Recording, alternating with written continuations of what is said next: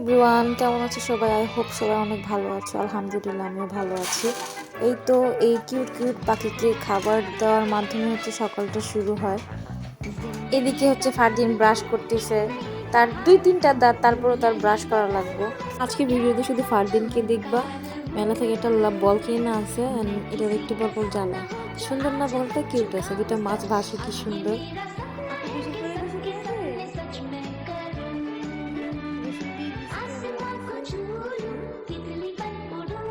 এদিকে ওর গোসল শেষ, তাই সে নিজে নিজে আয়না দেখতেছে আর হচ্ছে চুলগুলো আঁচড়াচ্ছে।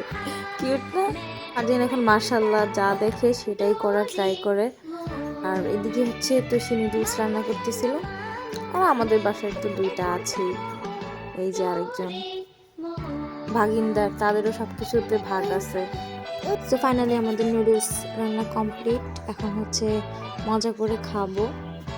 এদিকে আমি একটা বিড়ালের বাচ্চা বাসায় নিয়ে আসছিলাম, ওইটাকে ফারদিন দেখতেছে আর আদর করতেছে, পর্যবেক্ষণ করতেছে।